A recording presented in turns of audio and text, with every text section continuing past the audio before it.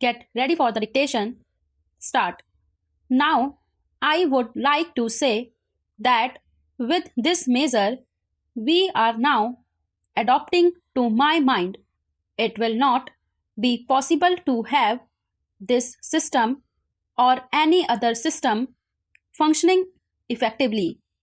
The number of clauses that we have included are so restrictive and rigid that it will not be possible for any system to function in this country.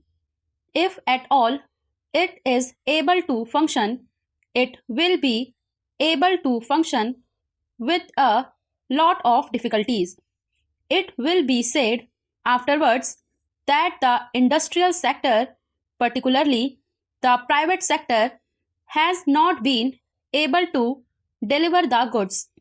I would like to warn the government that if anything happens in the future in which industrial production or production in the private sector has not gone up, it would be not because of any lack of efforts on the part of the private sector, but because of the measure that we are now adopting.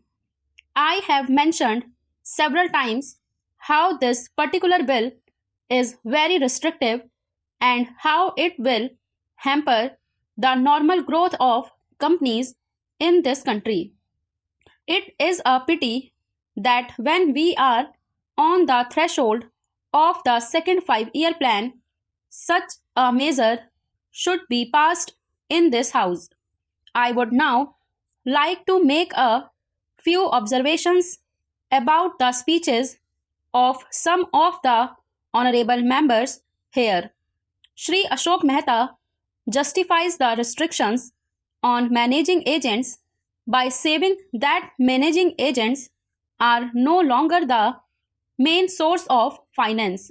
He also argues that profits have been high and will continue to remain high, and therefore he would like to see the managing agents being paid on a sliding scale. He is in the habit of referring to a number of books and making quotations from a number of them published in America or in other countries, and particularly by some of the professors. I would also like to mention to him that even when companies are floated, it requires a certain amount of confidence amongst the investing public, and it is because a particular firm is managing a particular company that this confidence is created in the investing public. Even there, as the Honorable Finance Minister has said, there is a sort of overall tight control. New banks and insurance companies are not floated nowadays. What you have are the few banks which are existing and the few insurance companies that are existing. The other point is that the credit worthiness of the managing agency firm does count to a certain extent in getting credit from the banks and other financial institutions.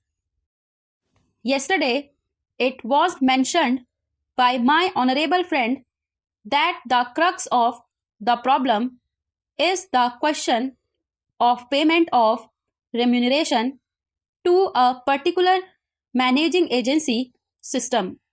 He said that in this bill, a definite encouragement has been given to the alternative type of management, namely the managing director or the manager, where an individual has been permitted to take 5%, while in the case of the managing agency, it has been permitted to take about 10%.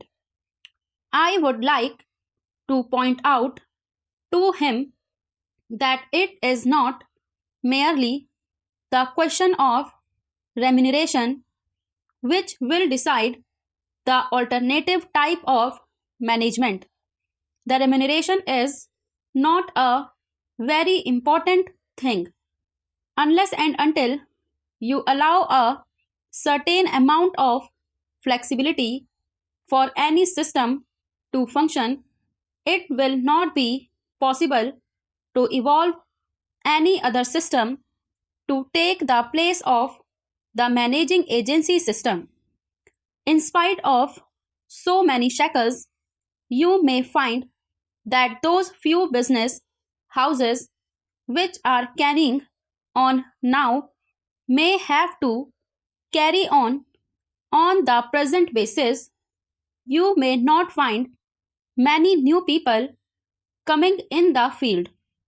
Several times it has been mentioned in this house why the business community has not prescribed for itself a code of conduct.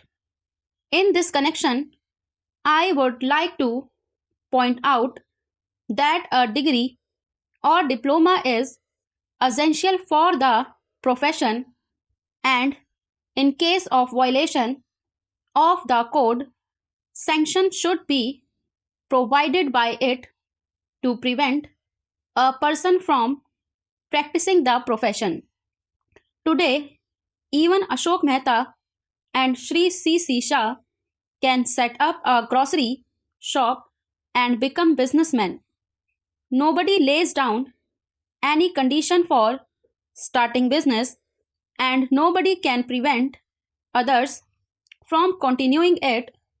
But I would like to point out that with regard to the code of conduct, there is a certain amount of ethics and there are certain standards and traditions on which business houses function.